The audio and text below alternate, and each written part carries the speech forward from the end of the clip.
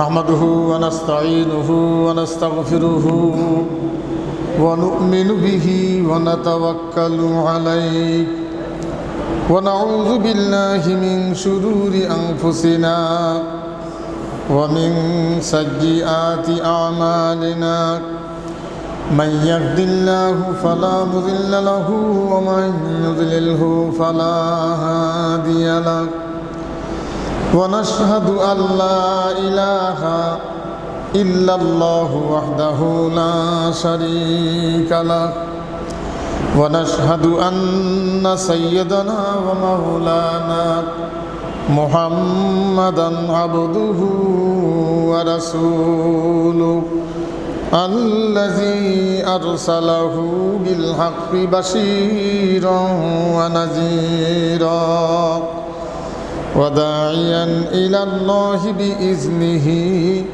وسراجا منيرا أما بعد فقد قال الله تعالى في كلامه المجيد أعوذ بالله من الشيطان الرجيم بسم الله الرحمن الرحيم وإذا قرئ القرآن فاستمعوا له وأنصتوا لعلكم ترحمون وقال الله تعالى في شان رسول الله صلى الله عليه وسلم إن الله وملائكته يصلون على النبي يا أيها الذين آمنوا صلوا عليه وسلموا تسليما اللهم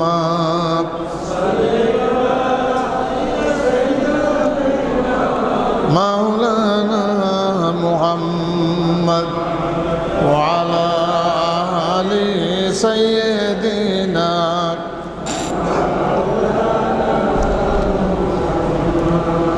তাইফেরও ময়দানেতে কলেমা প্রসারে যায় কাফেরেরা না বুঝিয়া পাথর মারে নবীজির গায়ে আল্লাহুম্মা সাইয়্যিদিনা মাওলানা মুহাম্মদ ওয়া আলা আলি সাইয়্যিদিনা।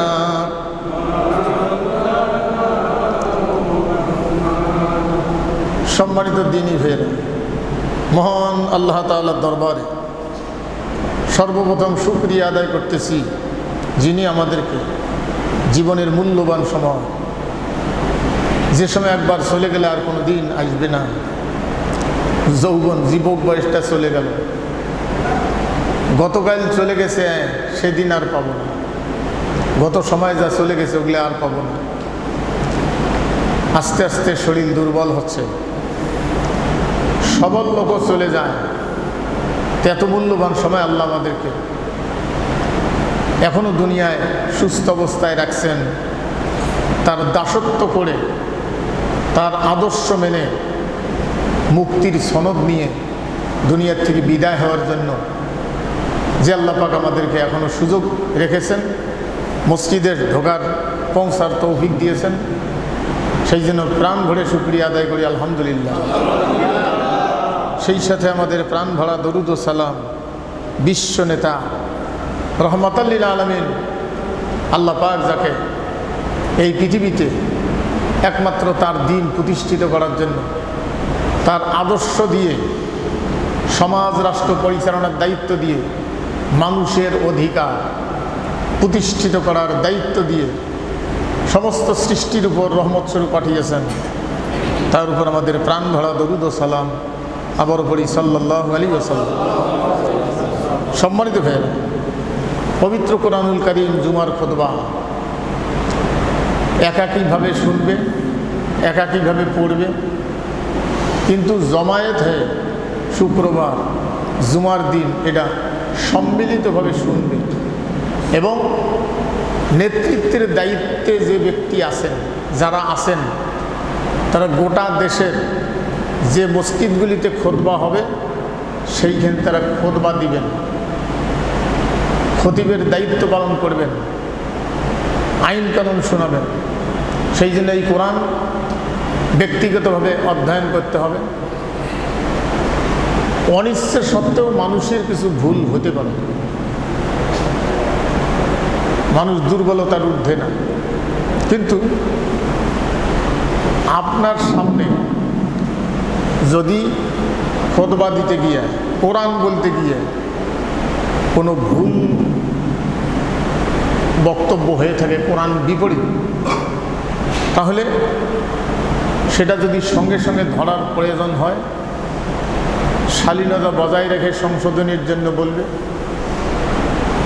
অথবা ব্যক্তিগতভাবে বলবে যে এটা মনে হচ্ছে যে এরকমভাবে, যেভাবেই একটা সৌন্দর্য শালীনতা বজায় রেখে সংশোধনী দেওয়া যায়। ভুল বক্তব্য আপনার সামনে দিবে আর আপনি অন্ধের মতো কোরআনের কথা মনে করে বিশ্বাস করবেন, এটা ইসলাম বলে না। এই জন্য আপনাকেও এটা আগে জানতে হবে। মূর্খ ব্যক্তির স্থান ইসলামে নাই, আর ইসলাম আসছে প্রত্যেকটা মানুষের চোখ খুলে দেওয়ার জন্য। সম্মানিত হইবে, সেই জন্য যারা শুনবে তাদেরকেও কোরআন সম্পর্কে অভিজ্ঞতা থাকতে হবে। আর আজকে সেটা না থাকার কারণে আজকে কোরআনের মতো হাদিসের মতো কথা বানায়া সানায়া বক্তব্য দিচ্ছে, আর সেটাকে আমরা কোরআন হাদিস মনে করি, গ্রহণ করেছি। সম্মানিত হয়ে না, এই জন্য আল্লাহ পাক বলছেন যখন তেলাওয়াত করা হবে, ওয়াইজা কুরিআল কুরআনু ফাসতামিউ লাহু ওয়ানসিতু লাআল্লাকুম তুরহামুন। আল্লাহ পাক বলছেন যখন তোমাদের সামনে তেলাওয়াত করা হবে, পাঠ করা হবে, তোমাদের সামনে যখন এটা তেলাওয়াত করা হবে, আমরা তো বিশ্বে যত বই পুস্তক আছে, কোরআন বাদ দিয়ে এমন কোনো বই নাই যেটা না বুঝিয়ে পড়ি। দেখেন, ইংরেজি পড়তে পারে, খুব স্পিডে পড়তে পারে, কিন্তু অর্থ জানে না, এরকম লোককে জীবনেও মানুষ তার বাচ্চাকে পরে পড়াইতে দিবে না। কেন?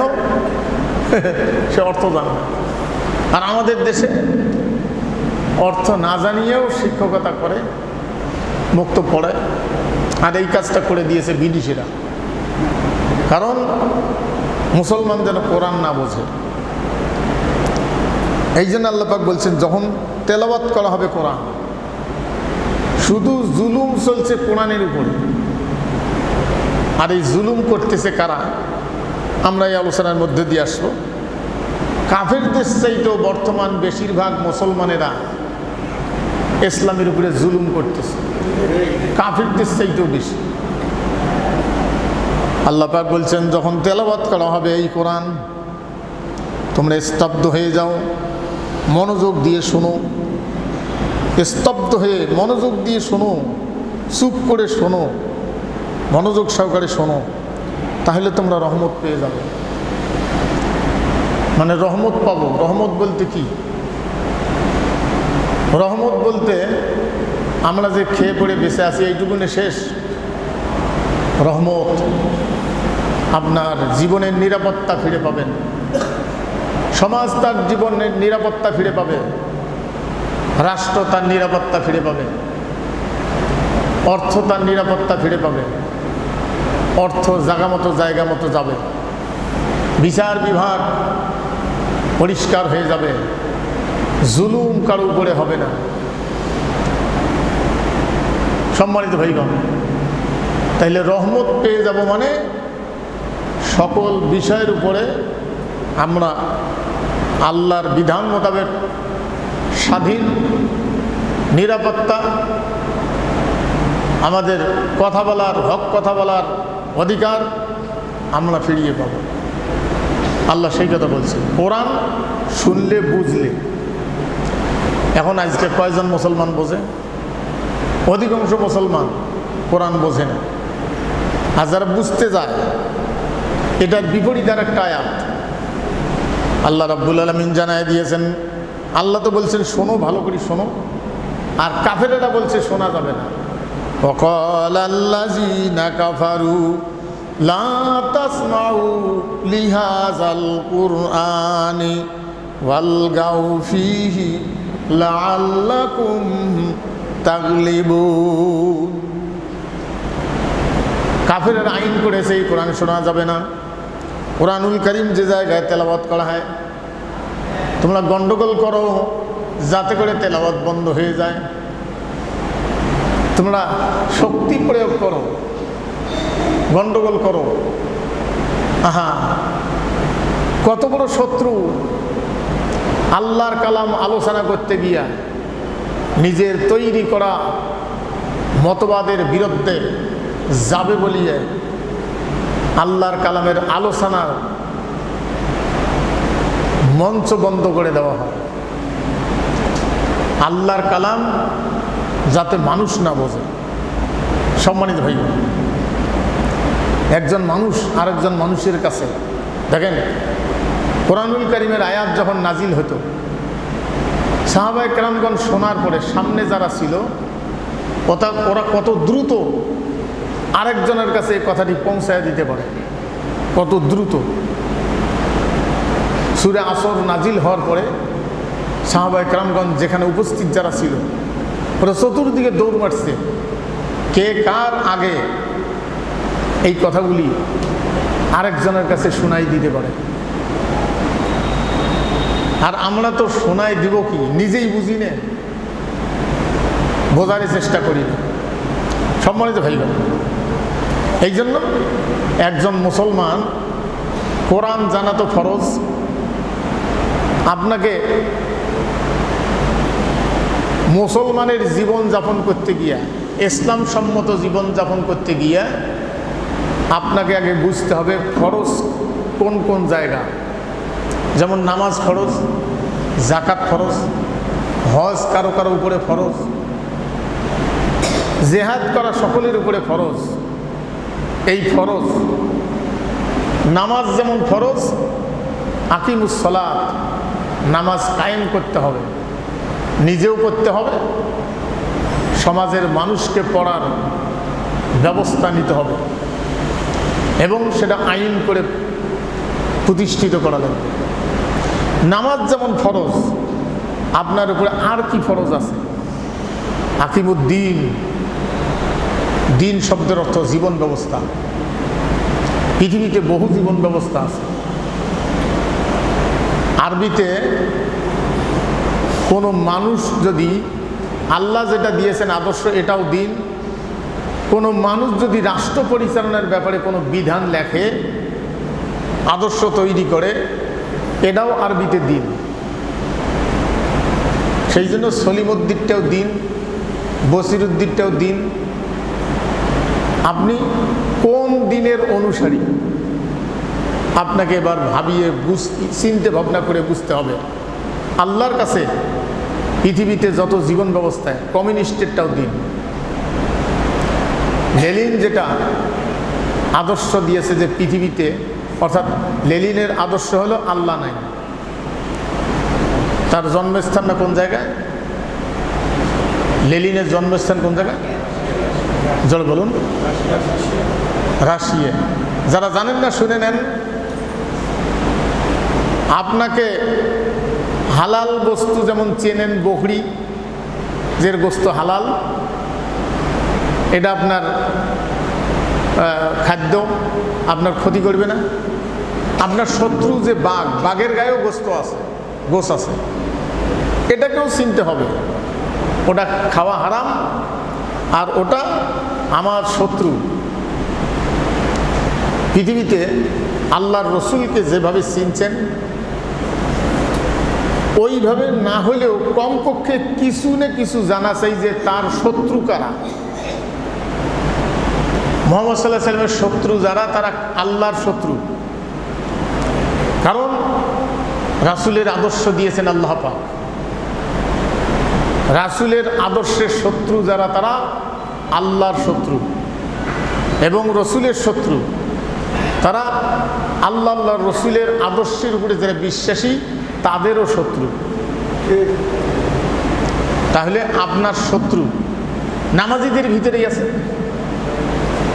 হ্যাঁ, সম্মানিত ভাইগণ, তাহলে পৃথিবীতে ইসলামের শত্রু কারা কারা এটাকেও চিনে লাগবে।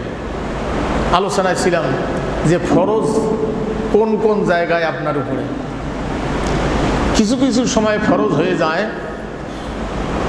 ফরজ সর্বাবস্থায় কিছু ফরজ থাকে, কিন্তু কিছু সময় এমন ওইটা হয়ে যায় যে আপনার আর 1 সেকেন্ড দেরি করার টাইম নেই। কাফের বেঈমানদের সাথে, ইসলাম বিদ্বেষীদের সাথে যদি আল্লাহর দ্বীনের লড়াই শুরু হয়, তখন আপনাকে দাঁড়িয়ে থাকার 1 সেকেন্ড টাইম নেই, ওটাও ফরজ। তাহলে ফরজ, নামাজ যেমন ফরজ, দিন কায়েম করাটাও ফরজ। এখন ফরজের গুরুত্ব যদি আপনি না বোঝেন, ফরজের গুরুত্ব এটা যদি কেউ না বোঝে, তার কাছে দিন কায়েম করা যে ফরজ, এটার অত গুরুত্ব হবে না। কেন? কিছু লোক যে মার খাচ্ছে দিন কায়েমের জন্য, আর উনি দোকান করতেছে, ব্যবসা বাণিজ্য করতেছে, এবং ওখানে যাওয়াটা একটা প্রয়োজন মনে করে না, এবং যাওয়াটা একটা ফিতনা ফাসাদ মনে করে। ফরজের কাছে যাওয়া, ফরজ যদি হয় তাহলে জীবন সম্পদ দিয়ে সেই ফরজ আদায় করতে হবে। সম্মানিত ভাইগণ, কিছু ফরজ আদায় করতে গিয়া উজু লাগে। উজু থাকলে ভালো, লাগবে না তো আমি বলবো না, উজু থাকলে ভালো, কিন্তু নামাজের মতো উজু করিয়ে সেই ফরজ আদায় করতে হবে এরকম না। এটার কেউ না বুঝিয়ে বিরোধিতা করতে পারে। আমি আপনাদের বোঝার জন্য আরও ক্লিয়ার ব্যাখ্যা দিচ্ছি। জিহাদের ময়দানে জিহাদ করা ফরজ। জিহাদ দিয়ে কিন্তু যুদ্ধ বোঝানো হয়নি। জিহাদ হলো কোনো আদর্শকে প্রতিষ্ঠিত করার ব্যাপারে যত প্রকার চেষ্টা সাধনা সব কিছুই জিহাদ।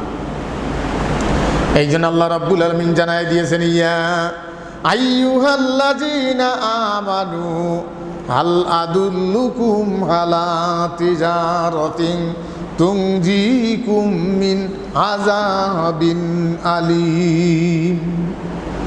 আল্লাহ পাক বললেন, বিশ্বাসীরা, আমি কি তোমাদেরকে এমন ব্যবসার সন্ধান দিব না যে ব্যবসা তোমাদেরকে কঠিন শাস্তির থেকে তোমাদেরকে রেহাই দিবে, মুক্তি দিবে, মুক্ত করবে। যে ব্যবসা তোমাদেরকে হাসরের ময়দানের কঠিন বিপদ থেকে রেহাই দিবে। দুনিয়াতেও রেহাই পাবেন, আখেরাতেও রেহাই পাওয়া যাবে। যে ব্যবসা,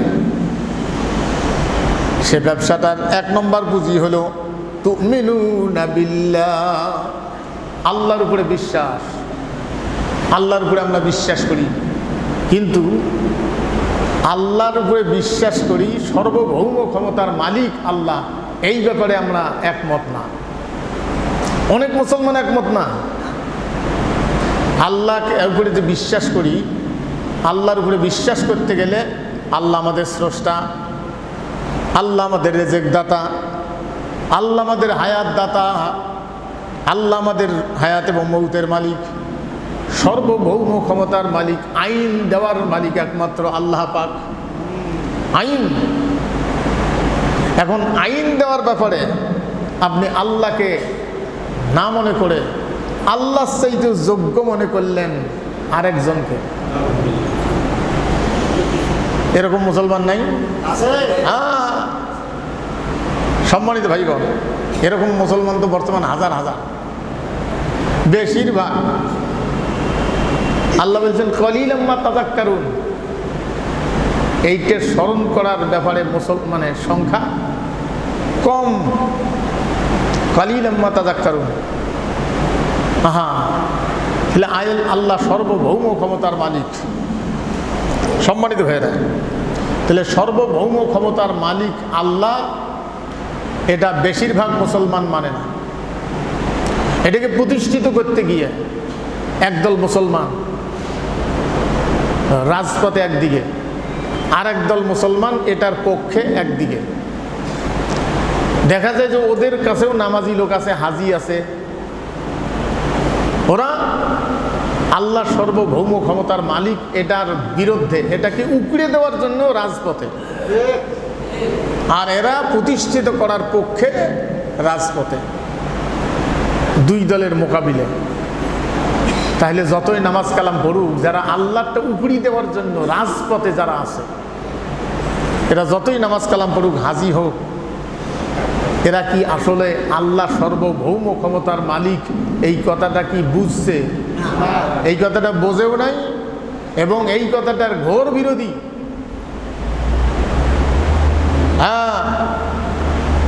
সম্মানিত ভাইগণ, তাহলে এই ব্যবসা করতে গেলে আখেরাতে মুক্তির জন্য যে তিনটে বিষয় লাগবে, এক নম্বর হলো তুমিনুনা বিল্লাহ, আল্লাহর উপরে বিশ্বাস। আল্লাহর উপরে বিশ্বাস তো তারই আছে যারা জীবন বাজি রেখে কোরআনী আদর্শের পক্ষে যারা কাজ করে। এখন দেখেন, আমার মতো মৌলবি, বেশ কিছু মৌলবি আছে, অনেক আপনাকে এই কথাটার ব্যাখ্যা না দিয়ে, এই কথাটার বুঝ জ্ঞান না দিয়ে উনি আপনাকে বাতাচ্ছে যে আপনি সুবহানাল্লাহ পড়বেন 500 বার সকালবেলা। ওটাও দেখেন, ওটাও মনে হয় যে ওটা ভালো কাজ, সুবহানাল্লাহ 500 বার পড়বে, কত বড় ভালো। কিন্তু এই জ্ঞানটা যদি সুবহানাল্লাহ পড়নেওয়ালা লোকের ভিতরে না থাকে,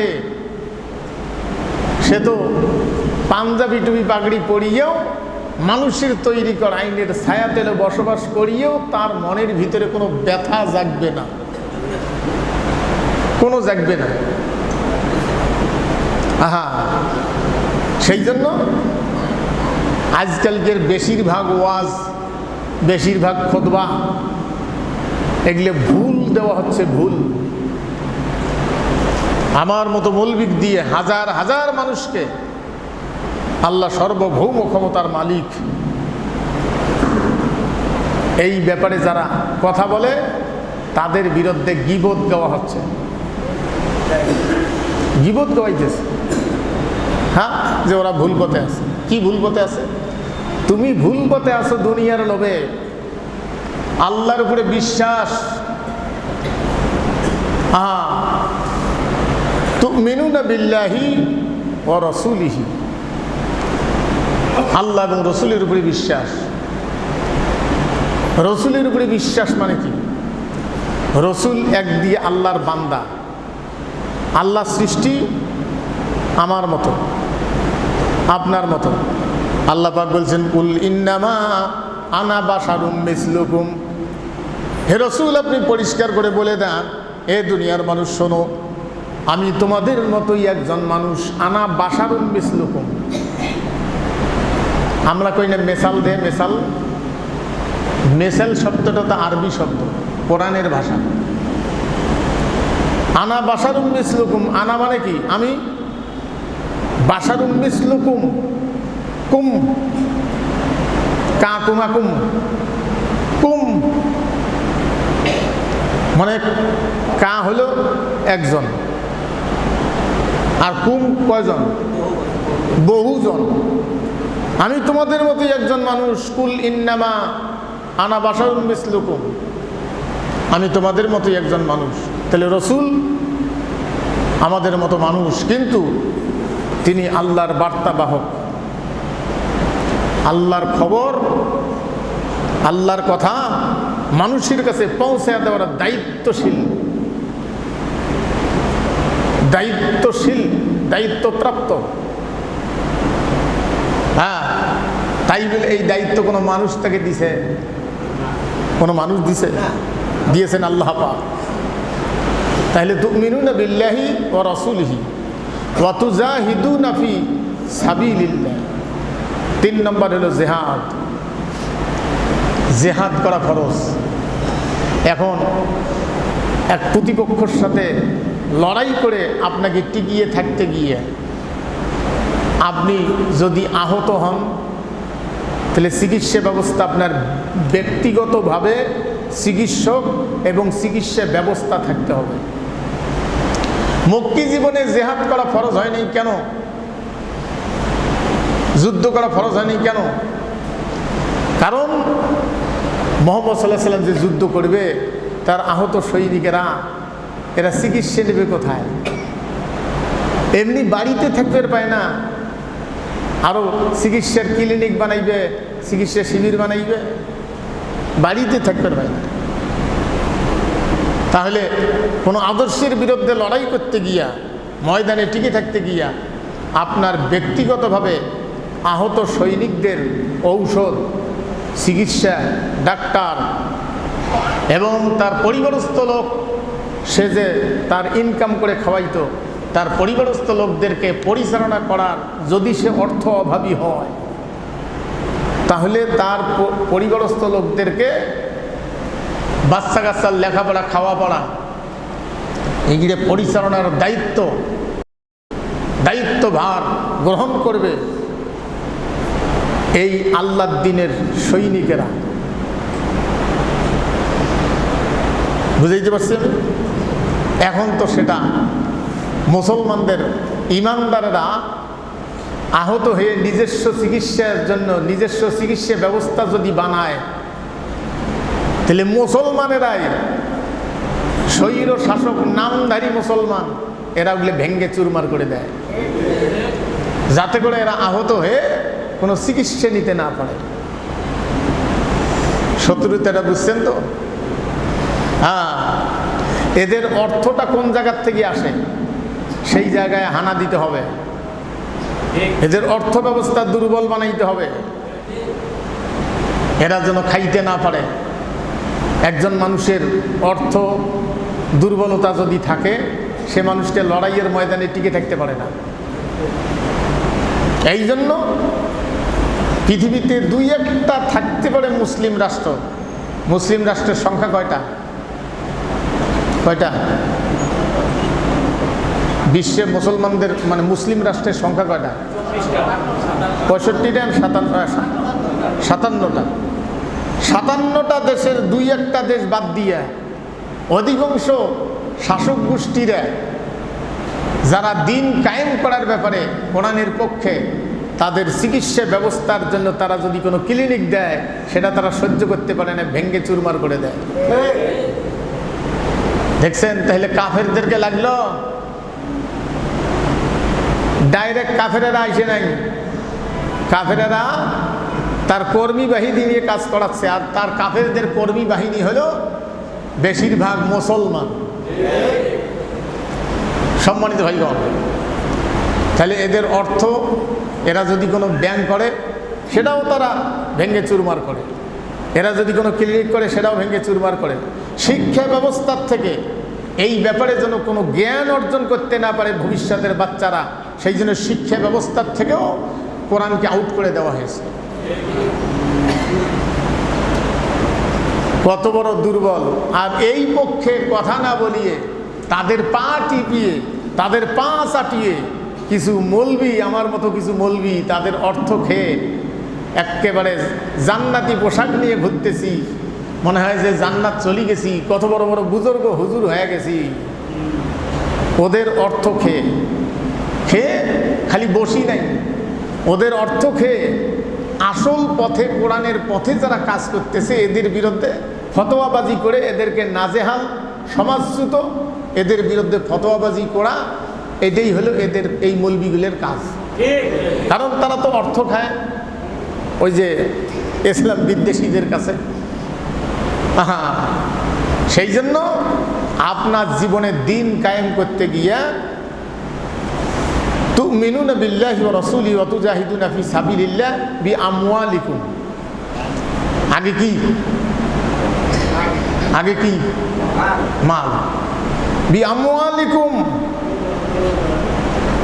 আপনার জীবনের অর্থ যেটা ইনকাম করেছেন, বাচ্চা কাচ্চার পিছনে যেমন খরচ করবেন, সংসার পরিচালনার জন্য খরচ করবেন, দিন শেষে আপনার 25 টাকা কামাই হয়েছে, 5টা টাকা 2টা টাকা কমপক্ষে দিন কায়েমের জন্য, ওই যে ঔষধ কেনার জন্য, ওই যে তাদের একজন দিন মজুর বন্দি জীবনে চলে গেছে তার বাচ্চা কাচ্চার খাওয়া পড়ার জন্য, আপনার 2টা টাকা প্রতিদিনের কমপক্ষে অর্থটা ওই পথে খরচের জন্য আপনি সেখানে খরচ করবেন। এটা আমরা কয়জন করি? কয়জন করি? হ্যাঁ, করি না তা না, এমন লোকও আছে রিক্সা চালায়া 300 টাকা ইনকাম করে, তারে না হলেও 20টা টাকা রেগুলার স্ত্রী শুদ্ধে জানে যে ওখানে দিতে হবে। আমার এরকম কোনো দিনই ভাই ওই বিপদগ্রস্ত হলে এই 20টা টাকা খরচ হবে। আমরা এটা কয়জনে করি? হ্যাঁ, এই খরচ করার সংখ্যা কম। এখন দেখেন, এই খরচ করার কিছু লোক থাকার কারণে, আজকে কোরআনের পক্ষে যারা সঠিক রাস্তায় দায়িত্ব পালন করতেছে, এদের যতই অর্থ কেড়ে নেক, চিকিৎসা ব্যবস্থা ভেঙে দেখ, তারপরেও তাদের অর্থনৈতিক দিক থেকে তারা দুর্বল হয় না, কারণ রিক্সাওয়ালাও 20টা টাকা দেয়। যারা 1 টাকাও দেয় না তারা কি জবাব দেবে আল্লাহর কাছে? যারা 1 টাকাও দেয় না, আমি কি কিছু বুঝাইতে পারছি?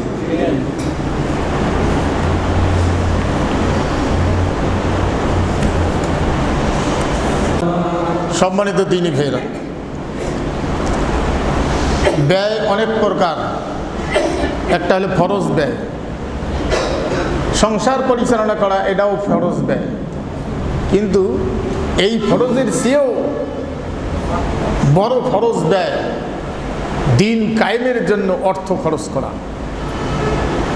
আগে জীবন, বিআমওয়ালিকুম ওয়া আনফুসিকুম, আগে সম্পদ পরে জীবন, প্রয়োজনে জীবন।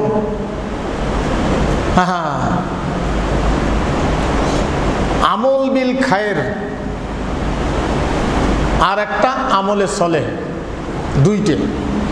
আমল বিল খায়ের হলো আপনার উপরে একটা গরিব মানুষ চাইছে, ও দেওয়াটা আপনার ফরজ না, এই হাটে বাজারে যেগুলো চায়, এটা আপনি 2-4 টাকা দিলেন, এটা আমল বিল খায়ের। আরও ভালো করে বুঝাবো, মানে বোঝানোর জন্য একটা কথা বলবো, একটা উদাহরণ দেবো। সেটা হলো, আগে তো চাকর ছিল বছর চুক্তি, হ্যাঁ, গ্রাম্য ভাষায় যেটা আমরা আগে ছোটবেলা অমুকের বাড়ি চাকরি করি, 1 বছর চুক্তি। তো এই চাকরটার কাজ হলো ফজরের নামাজের অর্থাৎ বেলা উঠের পরে ওই নামাজ পড়ুক না পড়ুক, গরু গোল থেকে বাড়ি করা, গোবর ফেলা, গরুক চারা খাওয়া, হাল ধরি যাওয়া, এর ভিতরে নাস্তা পানি খাওয়া, আবার বিকেলবেলা পশু যা আছে এগুলো নিয়ে আসিয়ে এইলে ঘরত তুললেই ওদের পোয়াল টোয়াল যা আছে পানি টানি খাওয়ায়া ওই অবসর, ওর কিন্তু ফরজ কাজ শেষ।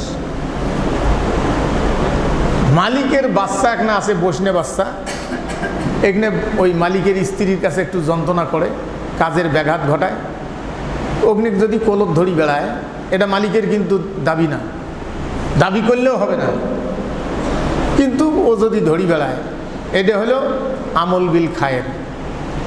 আর সারাদিনের যে কাজটা ছিল এটা ছিল আমলে সলে, ফরজ কাজ।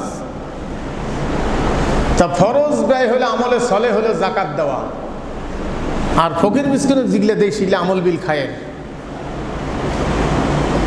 এটা ফরজ না, কিন্তু তারপরে এটা দাম নাই তা না। ওই বাচ্চাটা কোলে নেওয়ার কারণে মালিক খুশি হয়, আমল বিল খায়ের, এই ছোটো মোটো দানের কারণে আল্লাহ খুশি হয়, এটাও খুশি হয়। কিন্তু ফরজ বাদ দিয়ে ও যদি দিনের গরু বাছুর ঠিক মতো না নিয়ে বেড়ায়, ঘর ঠিক মতো না তুলিয়ে মালিকের বাচ্চা কলপ করি ধরি বেড়ায়, মালিক রাজি? হ্যাঁ, আপনার উপরে ফরজ ব্যয়, ফরজ ব্যয়টাকে জানতে হবে। অর্থ সেই জন্য আল্লাহ রাব্বুল আলামিন জানায় দিয়েছেন, তুমিনুনা বিল্লাহি ওয়া রাসূলিহি ওয়া তুজাহিদুনা ফি সাবিলিল্লাহ বিআমওয়ালিকুম ওয়া আনফুসিকুম। জীবনের প্রয়োজন হলে জীবন। এই জন্য আল্লাহ পাক বলছেন সূরা তওবার মধ্যে, ইন্নাল্লাহা আশতারা মিনাল মুমিনিনা আনফুসাহুম ওয়া আমওয়ালাহুম বিআন্না লাহুমুল জান্নাহ। নিশ্চয়ই মুমিনদের জান আর মাল আল্লাহ খরিদ করে নিয়েছেন, জান্নাত দিবেন এই বিনিময়। মুমিনেরা বিক্রি করে দিয়েছে। বিক্রি মানে যখন আল্লাহর কাছে বিক্রি করা মানে মানুষের কাছে বিক্রি করলে নিয়ে যায়, আর আল্লাহর কাছে বিক্রি করলে আপনার কাছেই থাকে, আপনি এর থেকেই আপনার প্রয়োজনীয় ব্যয় করবেন। কিন্তু যখন প্রয়োজন হবে এটা আল্লাহর পথে দিতে গিয়া আপনি দেরি করবেন না, কারণ আপনি বিক্রি করছেন তার কাছে, আর সে খরিদ করেছে জান্নাত দিবে সেই কারণে। সম্মানিত ভাইয়েরা, তাহলে অর্থ খরচ করা, দিন কায়েমের জন্য অর্থ খরচ করা,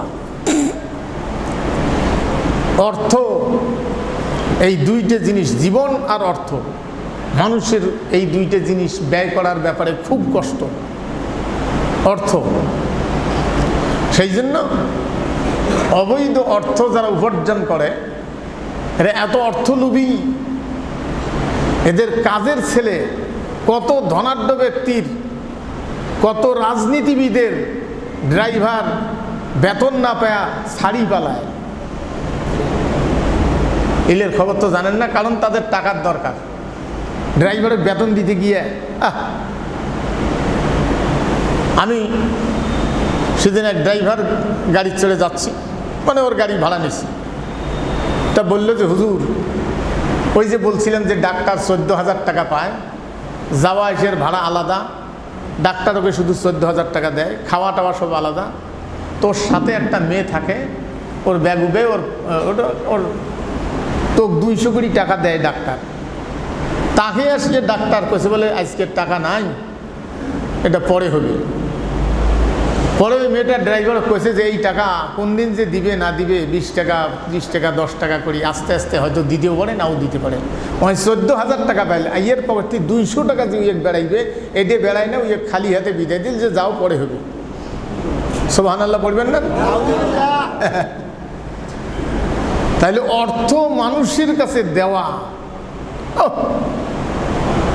হায় হায়। সম্মানিত ভাইগণ, অর্থের ব্যাপারে এই জন্য এটা বিক্রি করে দিয়েছে যারা, তাই বলে সম্পূর্ণ ব্যয় করবেন তা না, আন্দাজি সম্পূর্ণ ব্যয় করে রোডে নামিয়ে যাবেন। সূরা বানী ইসরাঈলের মধ্যে আল্লাহ পাক বলছেন ব্যয় করবে মধ্যম পন্থায়। এমন ব্যয় করিও না যে ব্যয় করিয়ে পরের দিন তুমি রোডে নামিয়ে গেলা, দেউলিয়ে হয়ে গেলাম। আবার এমন কৃপণ হওয়া যাবে না যে আপনি কোনো দানে করেন না। হ্যাঁ, আমল বিল খায়ের আজকে অনেক লোক করতে রাজি, কিন্তু আমলে চলে যেখানে আনাকিমুদ্দিন, দিন কায়েমের ব্যাপারে অর্থ খরচ করা। এখন আপনার জীবনে আপনি একটা হিসেব করে দেখবেন, এখন বাড়ি যায় নামাজ বিছিয়ে দিন কায়েমের ব্যাপারে আপনার জীবনে যত কামাই করেছেন, কয় টাকা আপনার 40 বছর বয়স 50 বছর বয়স, কয় টাকা আপনি ওই যারা দিনের পক্ষে লড়াইয়ের ময়দানে যারা আহত হয়েছে, যারা কেস কাছারি খাইছে, যাদের বাচ্চা কাচ্চা উপবাস, যারা বন্দি জীবনে চলে গেছে, তাদের মুক্ত জীবনে আসা, তাদের বাচ্চা কাচ্চার জন্য ব্যয়ভার, এ ব্যাপারে আপনার জীবনের কতটুকু অর্থ আপনি ব্যয় করেছেন হিসেব করে বাইর করে দেখেন। এটা একমাত্র বাইর করতে পারবে তারা যারা দিন কায়েমের ব্যাপারে নিজকে আল্লাহর রাস্তায় যারা বিলিয়ে দিয়েছে, তারাই পারবে। ওই রিক্সাওয়ালা পারবে, ওই লোকটা পারবে, ওই ধনাঢ্য ব্যক্তি পারবে। সম্মানিত ভাইগণ, স্বৈর শাসকেরা খোঁজে কোন লোকটা আর্থিক দিক থেকে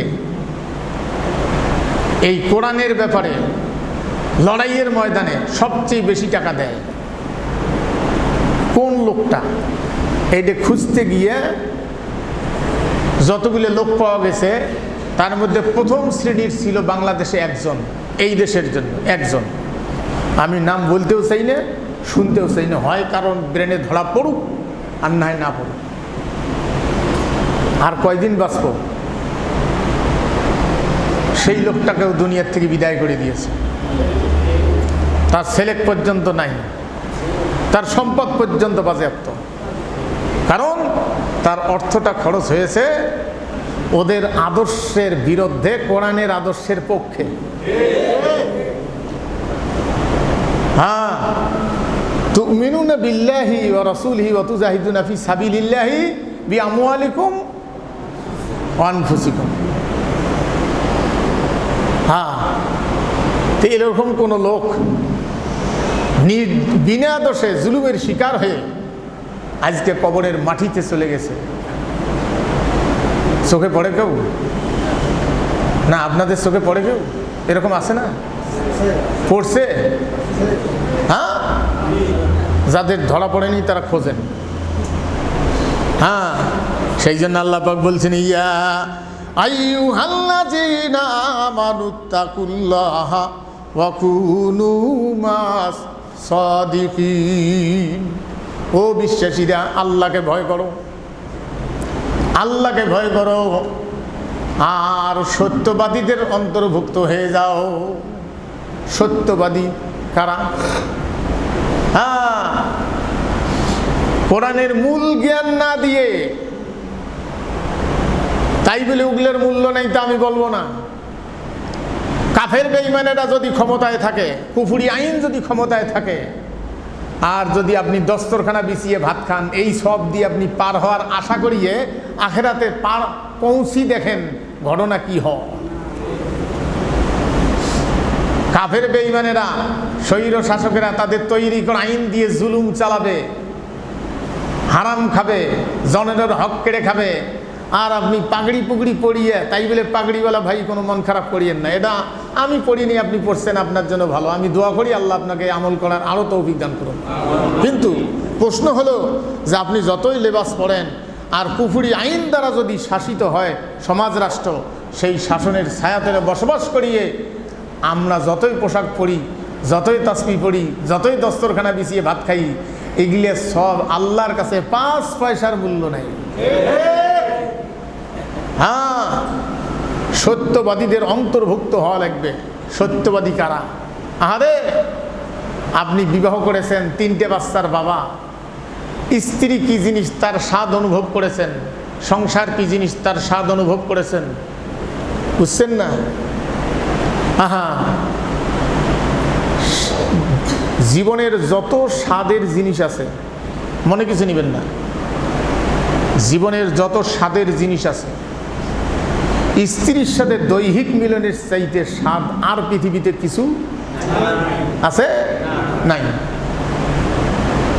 ভুল বুঝিয়েন না, এটা যদি না থাকতো তেমন বাড়ি করতো না, গাছের তলে শুধু ঘুমাইতো, টাইলস লাগা বাড়ি লাগে, এত কিছু, যেখানে আজ সেখানে কাজ। কিন্তু তা না, এর চাইতে স্বাদের জিনিস আর আর যুজ্জিনা লিন-নাসি হুব্বুশ শাহাওয়াতি মিনান নিসাই ওয়াল বানিনা ওয়াল কানাতির। পৃথিবীর যত সম্পদ আছে, পৃথিবীর উত্তম সম্পদ হলো মানুষ। পৃথিবীর উত্তম সম্পদ কি? মানুষ। তার মধ্যে উত্তম সম্পদ হলো নারী। পৃথিবীর উত্তম সম্পদ হলো মানুষ, তার মধ্যে উত্তম সম্পদ হলো নারী। আপনি 3টে বাচ্চার বাবা, কতদিন স্ত্রীর সাথে দৈহিক মিলনে গেছেন, বুঝো, তার হাতে ভাত খাইছেন, তার সাথে শুয়ে আসলেন, তার গায়ে গরম নিছেন, খেদমত নিছেন। আর এমন যুবক আছে 25 বছর বয়স হয়েছে, জীবনে অন্যায়ভাবেও কোনো মহিলার কাছে যায় নাই, কোনো মেয়ের কাছে অন্যায়ভাবে যায় নাই। ওই বিবাহ কোন দিন হালাল হবে সেদিন যাবে, এই অপেক্ষায় আছে না অনেকে। এই লোকটার জীবনের কত 25 বছর কত স্বাদ, বিবাহ করবে, সব বাদ দিয়ে আপনি 3টে বাচ্চার বাবা, আপনি দোকান করেন, আপনি ওখানে যান না, বাড়ির থেকে বেড়ান না, না বাবা ওই লড়ের বলে যাওয়া যাবে না, ওরে বাবা। আর এই যুবক জীবন বাজি রেখে লড়াইয়ের ময়দানে স্ত্রীর জীবনের স্বাদ পৃথিবীতে অনুভব করতে পারবে কি না সে চিন্তা ভাবনা তার অন্তরে নাই। আছে খোদার প্রেম,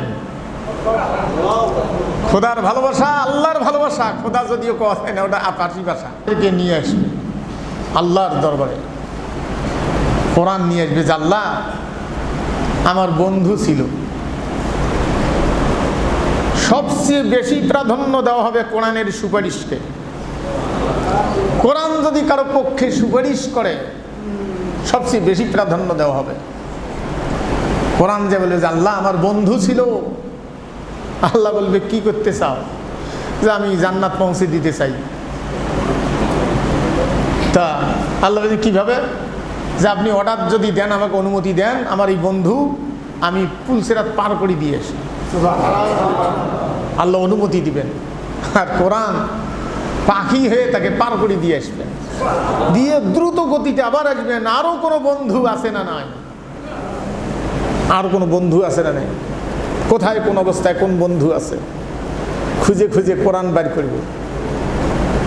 সেই কোরআন বাদ দিয়ে কোন সলিমদ্দি রাষ্ট্র পরিচালনার জন্য বিধান বানাইছে, আপনি সেই বিধানের পক্ষে পাঠি করেন। আর কোরআন আপনি নামাজের মধ্যে সাপের মন্ত্রের মতো আলহামদুলিল্লাহ রাব্বিল আলামিন ওয়ালা দাল্লিন আরাইতাল্লাযী কাযযাবিন আল্লাহু আকবার। আপনি কোরআনের বন্ধু। ও সম্মানিত ভাইয়েরা, এই কোরআন থেকে বঞ্চিত করে দিয়েছে আমার মতো কিছু টুপিওয়ালা, যেটা বারবার আমার কাছে খুব কঠিন কষ্ট দেয়। যে আপনি এই কথাগুলি তাদেরকে ক্লিয়ার করে না দিয়ে আপনি তাদের জেকের বাতান, আপনি তাদের ফজিলত বাতান, আপনি তাদেরকে কি কয় তাসবিহ তাহলিল বাতান, এগুলি আরো কয় কি সবক দেন। আপনার কিসের সবক? হ্যাঁ, আপনি মূল কথাগুলি। এই জন্য এক মৌলবীর পিছনে জান্নাত পাওয়ার জন্য এক লোক 40 বছর ঘুরছে, 20 বছর বয়স থেকে 60 বছর বয়স। আর ওই মৌলবী 40টা বছর ঘুড়ি নিয়ে বেড়াইছে। কি কইছে? যে তুই সকালবেলা সুবহানাল্লাহ 40 বার পড়ব, 400 বার পড়ব লা ইলাহা ইল্লাল্লাহ। আরেকবার 1 বছর পরে গেছে, কইছে বলে তাহলে তোমার সবক উন্নতি হয়ে গেছে, তুমি অনেক উন্নতি হয়ে গেছ, এখন তোমার সবকটা দ্বিতীয় স্তরে। কি? এখন তুমি কলবে খালি খেয়াল করবে লা ইলাহা ইল্লাল্লাহ জেকের ধুকুর ধুকুর করে না করে।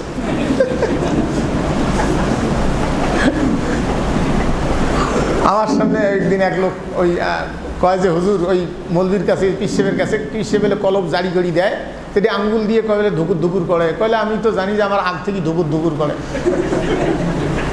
বুঝছেন না কি বদের বদ? এইভাবে 40টা বৎসর যে লোকগুলো ঘুড়ি নিয়ে বেড়াইল, আর যে লোকটা ঘুরাইল সেই লোকটা আরো কি কইছে? পুলসিরাত পার করার জন্য উনি বলে কিয়ামতের দিন কি ধরিয়ে আসবে? পুলসিরাতে কি ধরিয়ে আসবে? মানে প্লেন, নৌজাহাজ, মানে আরো কি ব্যাখ্যা পানি জাহাজ। কি বদের বদ এগুলো রে! হায় হায় হায় হায়। সেই জন্য মানুষকে মলবি এক কাতারে আসবে না, কোনোদিন আসবে না। এই হকের পথে যারা আছে এদের পক্ষে যদি আসে তাহলে ওর সালাম সগে যায়। ওর ব্যবসা আর শেষ, বিনা পুঁজির ব্যবসা শেষ। হ্যাঁ, আমার 20 গ্রামত আখিরি মুনাজাত হয়। আমার বোনও আসতে গেলে 20 টাকা দিয়েছ, মনে মনে কম খুব ভালো কাজ করছিস, তুই ওই টাকা দিবে গেলি 20 টাকা দিছে। আর সেটি আমি পরে শুনি, এই যে সালার বস্তাগুলি আছে না, ওই সালার বস্তা 2 মণ 3 মণ ধান ধরেন এত বড়, ওই টাকাগুলি এইভাবে গুড়ি গুড়ি ঢুকিয়ে 3 বস্তা টাকা মাইক্রোত করে নিয়ে গেছে। সুবহানাল্লাহ বলবেন না? হাই রে হাই, কি বদের বদ! গ্রামের কতগুলো ফতোয়া দেওয়া বুড়ি আছে না, বাপ মা মরি গেলে বলে ওই মেয়েগুলো বলে 2 বাড়ি ভিক্ষে করিয়া নিয়ে বলে ওই চাউল দিয়ে পাশ করিয়ে দেওয়া লাগে, নাহলে ঋণ শোধ হয় না। আমি আর ওগুলো জানি না। আমার মাও না বাপ মরি যায়, আমার বোন তিনোটা চারটা ভিক্ষে করিয়েছে, আমরা ওটা জানি না। আমি তো আমার কাছে ব্যস্ত, বাপ মরি গেছে ওই কাছে ব্যস্ত। আমার ছোটো ভাইটি কেমন করে যিনি টের পাইছে, ওই চাউল কুলেট করিয়েছে, রাগ কাহি দেখে বাপ মরে গেছে, কিসের কি কান্নায় আমি খালি ঝাঁপায়, মানে কিনা ঝাঁপায়। বোন মিলে উইয়ের ভয়তে অন্য বাড়ির যায় আছে, চাষার ঘরে বাড়ির যায় আছে। তো তুই করলু কি, তো কাই এগলে বুদ্ধি দিলে তোমার এই ভিক্ষে করি আনবে? মাটি দেওয়ার আগে বলে চাউলগুলো ভিক্ষে করি বলে আনা লাগবে, কি ইসলামটা বানাইছে? সেই বোন আমার কাছে ওই আখিরি মুনাজাতের মধ্যে বলে 20 টাকা দিচ্ছে, মানে খুব ভালো কাজ করছিস, মানে তো কোটি টাকা দিবে বলে খায়, আমারে বড় তো কোটি টাকা দিবে বলে খায়, আমাকে জানিস মুক্তি ঠিক করি, মানে কি করলু তো কোটি টাকা দিবে বলে খায়। হায় হায়, 40টা বৎসর যার পিছনে ঘুরলেন, সেই লোকটা আপনাকে কোরআন থেকে বঞ্চিত করে দিল, আপনার কত বড় উপকার করলো, আরো আপনার মুখ দিয়ে বাইর করাইলো আসল কোরআনের পক্ষের লোকদের বিরুদ্ধে। গেরামত যে আপনি গিবত গান, ওই মৌলবীর কথা শুনি আসি, বাড়িতে আসি গিবত গান, দূর উগলে কোনো ইসলামী দলে নয়, হ্যাঁ উগলে না যাইস, আমরা কেন উগলে, উই কি জেকের করে, উই কি নাম পাগড়ি পরে, উই কি মেসো পড়ে, উগলে আসে কিছু, উগলে প্যান্ট শার্ট পরে, উগলে না যাইস উগলে। হ্যাঁ সম্মানিত ভাইগণ, এই জন্য কোরআনকে বন্ধু বানাইতে হবে। সম্মানিত ভাইরা, তাহলে কোরআনের বন্ধু হইতে গেলে আগে কোরআনকে জানতে হবে। কোরআনকে কি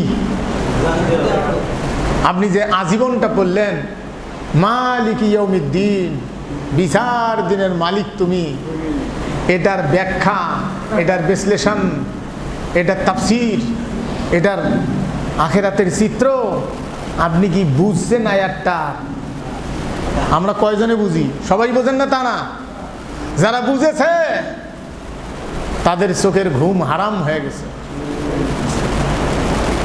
রাসূল সাল্লাল্লাহু আলাইহি সাল্লাম যখন নামাজত দাঁড়াইতেন রাত্রিবেলা, 2-1 সাহাবী চান্স পেলে আসি দাঁড়াইতো, মাঝে মাঝে যখন বাইরে পড়তেন, অনেক সময় ঘরে পড়লে, ঘর আর মসজিদ তো একসাথে, একজন সাহাবী বলছেন যে আমি মনে হচ্ছে যেন মানে গরুর কলিজা ভুনে করার সময় যে ঘ্রাণ উঠে, যে ঘ্রাণ পাওয়া যায়, পোড়া পোড়া ঘ্রাণ, সেই ঘ্রাণ রসুলের কলিজের ভিতর থেকে বাইরে হচ্ছে। সম্মানিত ভাইরা, তাহলে কোরআন, এই জন্য আল্লাহ বলছেন শোনো, আর কাফেরেরা বলছে শোনা যাবে না। ওয়াকাল আল্লাযীনা কাফারু লা তাসমাউ লিহাযাল কুরআনি ওয়ালগাউ ফীহি লাআল্লাকুম তাগলিবুন। কাফেরের আইন করেছে শোনা যাবে না, যে জায়গায় তেলাওয়াত করা হয় তোমরা গন্ডগোল সৃষ্টি করো যাতে করে তেলাওয়াত বন্ধ হয়ে যায়। হ্যাঁ, আজকে খোঁজ করে দেখেন, রাজতন্ত্রের জিগলে দেশ সৌদি আরব রাজতন্ত্র, আপনারা জানেন। এইগুলো অনেকেই বুঝবেন, অনেকে বুঝবেন। আমি এই কথাগুলো অনেকে গীবত গাবেন বা সমালোচনা করবেন, ওই জন্য অনেক কথা বলতে চাই না। আপনারা মুআবিয়া রাদিয়াল্লাহু আনহু, আলী রাদিয়াল্লাহু আনহু যুদ্ধের সময় আলী রাদিয়াল্লাহু আনহুকে যুদ্ধে পরাজয় করল কিছু কারণে, অনেক ইতিহাস। আলী রাদিয়াল্লাহু আনহুকে মেরে ফেলছে সিরিয়া, শহীদ করে দিয়েছে। কারা? কাফেরেরা। কারা? মুসলমান মুনাফিকেরা। এখনকার হত্যার বিচার যেভাবে হবে, ওই হত্যার বিচার ওইভাবেই হবে। হত্যা। মুআবিয়া রাদিয়াল্লাহু আনহু যতদিন ছিলেন, সেই সময় খুতবার মধ্যে আলী রাদিয়াল্লাহু আনহুকে গালি, ইমাম হাসান হোসেনকে গালি, আরও কিছু গালিগালাজ খুতবা বাধ্যতামূলক করে দিয়েছে। খুতবায় মানে গাইলেইতেই হবে। আমি পক্ষ বিপক্ষ কিছু বলতে চাই না, আমি ইতিহাস থেকে জিনিসটা জানাইলাম। অনেকে এটা শুনি আবার এর পক্ষে বিপক্ষে গীবত গাবেন। আমি মাপ চাই, আমার ভুল হলে ওটা আমি মাপ চাই, বুঝছেন না? আপনি সত্য জানেন, আপনি ভালো। তর্কে জড়াইতে চাই না। তর্কে জড়াইতে গিয়ে আজকে ফেসবুক খুললে একজন জিকির করতে গিয়ে কি ঝাঁকনি দিয়ে জিকির করতেছে, বুঝলেন না? জেকের করতে গিয়ে গান হলো, হায় হায়। মানে পীরকে যেভাবে স্মরণ করিয়ে জেকের করা লাগবে, ওগুলো তো ঝড় উঠে গেছে, নাম কওয়া চাই না। ওগুলোর নাম নিলে এমনি মুখ গন্ধায়, বুঝছেন না? ওগুলোর নামে কওয়া চাই না, মুখ গন্ধ করে। এইরকম কিছু হতে পারে, কেন ভুল বুঝাবুঝি। ওমর বিন আব্দুল আজিজ পরবর্তী খলিফা, মানে পরবর্তী শাসক আসিয়ে ওটা তুলে দিয়ে রাষ্ট্রীয়ভাবে আইন করে তুলে দিয়ে সেদিন থেকে খোদবায় বসাই দিয়েছে যে এটা চলতেই থাকবে। ইন্নাল্লাহ ইয়ামুরু বিল আদলি ওয়াল ইহসান ওয়া ইতাই যিল কুরবা ওয়া ইয়ানহা আনিল ফাহশাই ওয়াল মুনকার। এই আয়াতটা যোগ করে দিয়েছে, ওটা তুলি দিয়ে। ইতিহাসটা এটা। মুসলমান যদি কোনো সময় ইসলামের শত্রুতা করে তাহলে কাফের পর্যন্ত ফেল হয়ে যায়, এটা জানতে হবে। আহা, আলী রাদিয়াল্লাহু আনহু গালিগালাজ, ইমাম হোসাইন হাসানকে গালিগালাজ, আরও গালিগালাজ আছে। ইতিহাস খোঁজ করেন, পাবেন। ওগুলো সব কথা সব জায়গায় বলা যায় না, কারণ এইখানে যারা আছেন মনে কিছু নেবেন না, মাপ চাই। এরকম লোক আছেন বাড়ির কোরআন তেলাওয়াত করতে জানেন না, কয়েক কোনা ছুঁড়ে দিয়ে নামাজ পড়েন, আর মৌলবীর কাছে কোটাই কি শিখছেন ওইনে আমল করেন। কাইবে কাক দেখছে যেগুলো দলিল নেই, ভাত খাওয়ার পরে ওই হাত ধোয়া পানি আঙ্গুল চুপ দিয়ে চোখত দেয়। তো এটাকে কেউ মনে করে বুঝি এটা সুন্নত মনে হয়, অনেকে খুব ভালো মনে করে। আরে ভালো, আমি ভুলোতে একদিনে 2 দিন দিছি, দিয়ে যে চোখত ধরে রে বাবা, মানে এটা ফির কি? আমি চোখ অপারেশনের সময় দিপাই কেয়ারে আমার পাশের বেড বলছে যে আমার হুজুর আমার পায়ে আমি কুড়াল মারছি। কি যে আমি শুনছিলাম দেখছিলাম ওই এক লোক ওই চোখত পানি দেয়, থালি ধোয়া পানি, ওটার যে লবণ মরিচ টরিচ এগুলো আসিল, এলে যে চোখের ক্ষতিকর তা তো জানি না। এইলে আমার চোখের আসল পর্দা ফাটে ফেলাইছে। এখন একটা করে ইঞ্জেকশন আমার 50,000 টাকা লাগে 3 মাস পর পর। হয়নি জুটতে, তুই না জানিয়ে কোন আক্কেলে ওটা দিলু, জানি দিছে ওই কি ডাক্তার, ওই কি চিকিৎসক, ওই কি হাদিস কোরআন থেকে দিছে, ওই হাঁকাও ভাত টাত খায় ওই হাত ধোয়া পানি চোখত দিছে, ইও মনে করছে এটা বুঝি ভাল, উনিও দেয়। তা ঠেলাটা বোঝালা। হায় হায় হায়, হ্যাঁ।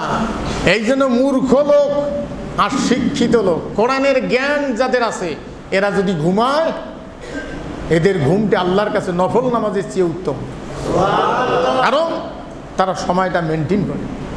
আজ যারা মূর্খ সারা রাত দাঁড়ে দাঁড়ে নফল নামাজ পড়বে, তার চেয়ে ওর ঘুমের মূল্য বেশি, কেন জাননেওয়ালার ঘুম। মূর্খ ব্যক্তি তাহাজ্জুদের নামাজ পড়ে, এটা সর হয়ে গেছে। আর ওইও তাহাজ্জুদ করতে গিয়ে কিছু কিছু লোকও আছে নিজের জাহিরি প্রকাশ করার জন্যে কয় বলে কিরে বাড়ির তোর সবাক কান বা ডাঙাডাঙ্গি কী হয়েছে, বলে তুই কেমন করি শুনলু, কলে ওই তাহাজ্জুদের উজু করে দিচ্ছ। কথাটা কওয়া লাগবে তো, বুঝেন না? তো মূর্খ লোক তাহাজ্জুদ করে, এটা সর হয়ে গেছে। তো এক লোক কয়েছে দূর ওটা মূর্খ, তাহাজ্জুদ মরে একদিনে লাগবে না বন্ধ করতে।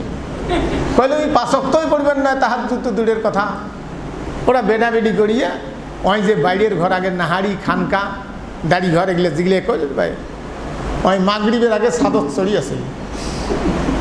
আইন জেলা রাত 12টার পরে তাহাজ্জুদ পড়বে ধরছে, মনে যাৎকার আল্লাহ গোনা খাতা মাফ কর। তুমি ওখান থেকে এসে এ অমুক তুমি এখনও তাহাজ্জুদ পড়ি কান্দো, আমি জেবেরাইল আল্লাহ আমাকে পাঠাই দিছে, তোমাকে আর তাহাজ্জুদ তো দূরের কথা 5 ওয়াক্ত পড়া লাগবে না, তোমার জীবনের গোনা সব মাপ, তুমি আজ থেকে জান্নাতি। আমি ওহি নিয়ে আসছি, আমি জেবেরাইল। জাননেওয়ালা লোক হলে কাড়াইল দিয়ে গুতি পারিলে কিরে জেবরাইল তো জীবনে ওহিনী আর কারো কাছে আসবে না, মুই তো নবী নও। এটা অবশ্যই মানুষের নাম তাড়াতাড়ি কাড়াইল দিয়ে ভোট ভোটে পারত। আর মূর্খ মনে করছে হয় বুঝি ওই নামাজ ছাড়ি দিয়ে বেড়ে গেছে, সেদিন দিয়ে 5 ওয়াক্ত আর পড়ে না। মানুষ বুঝ করছে কেরা আর কেন নামাজে পড়িস না, কলে অমুক দিন তাহাজ্জুদের সময় জেবরাইল এসে আমার কয়া গেছে। বুঝছেন না কত বড় মূর্খ। জীবনের ঝুঁকি নিয়ে জান্নাত কামাই করতে হয়, আর তুই কোন মৌলবীর কথা শুনিয়ে ঝুঁকি জান্নাতের জায়গা বাদ দিয়ে জায়নামাজ বিছিয়ে মসজিদের মধ্যে একরে লা ইলাহা ইল্লাল্লাহ ধাক্কা দিচ্ছিস কলবত, এগুলো কোনটা পালু তুই? হ্যাঁ হায়রে দুনিয়া। সম্মানিত ভাইগণ, এই জন্য কোরআন সবচেয়ে লড়াইয়ের ময়দানে আছে বর্তমান মুসলিম দেশগুলিতে। সবচেয়ে লড়াইয়ের ময়দানে মুসলিম দেশগুলিতে আছে, কারণ বিশ্বের পরাশক্তি তো এখন মুসলমান না। কারা? অন্য জাতিরা যাদের আঙ্গুলের ইশারায় পৃথিবী উঠে বসে। আল্লাহ কি বলছে শিগলের দিকে খেয়াল নাই, সকালবেলা উঠেই খবর শুরু হয় আমেরিকা হামাক কি কইছে। হ্যাঁ আহারে দুনিয়া। মুসলিম দেশগুলি অধিকাংশ ইসলামের শত্রু। সৌদি আরবে 2-1 টাইম বাদ দিয়ে রাজতন্ত্র কায়েম ওই যে হয়েছে মুআবিয়া রাদিয়াল্লাহু আনহুর সময় থেকে আজ পর্যন্ত রাজতন্ত্রের মূল উৎপাদন হয় নাই। সেখানে কোরআনের স্পষ্ট খুতবা দিতে গিয়া কাবা শরীফের খতিব পর্যন্ত আজকে জেলে। হ্যাঁ যেখানে হজের জন্য যাই, কোরআন নাজিলের জায়গা, সেইখানে কোরআন নাজিলের জায়গা মূল ঘর, সেখানে কোরআনের কথা বলতে গিয়া, শিরকের বিরুদ্ধে বলতে গিয়া সেখানকার খতিব আজকে কি কাফেরদের চাইতে ওরা বেশি শত্রু না?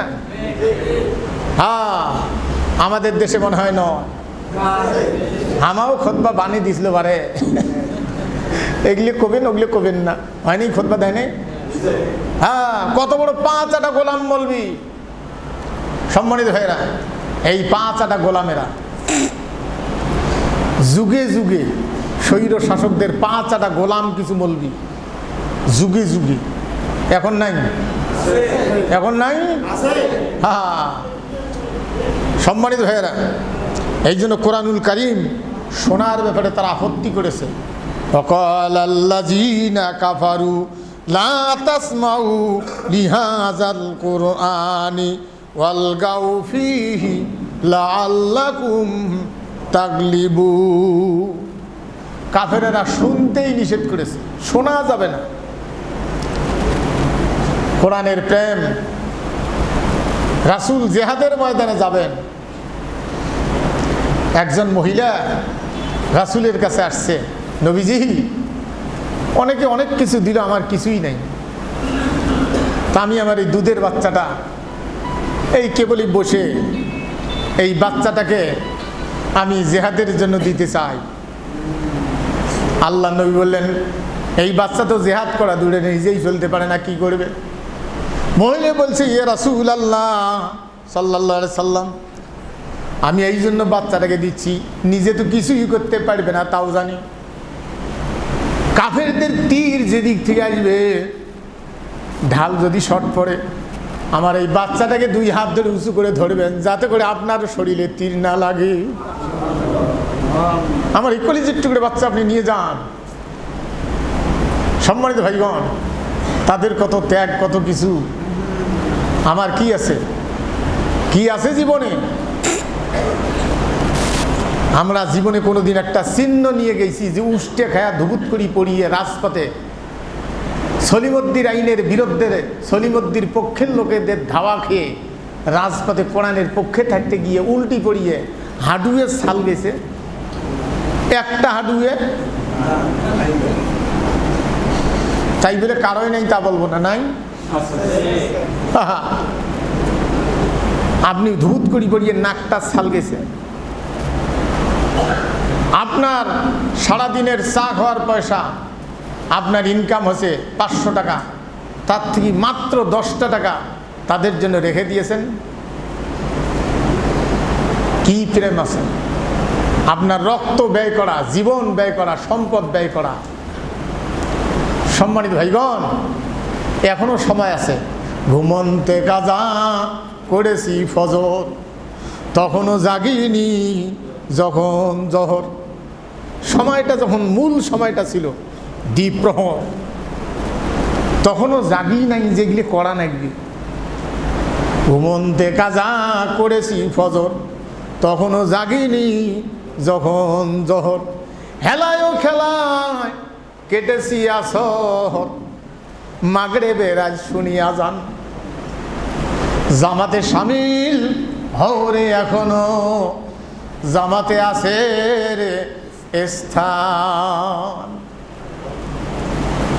মুখে কলেমা হাতে তলোয়ার, বুকে ইসলামী জোশ দুর্বার।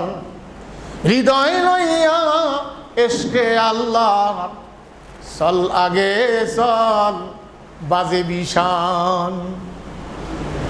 শুকনো রুটির সম্বল করে জোরে ফিরেছে জগৎ মন্থন করে।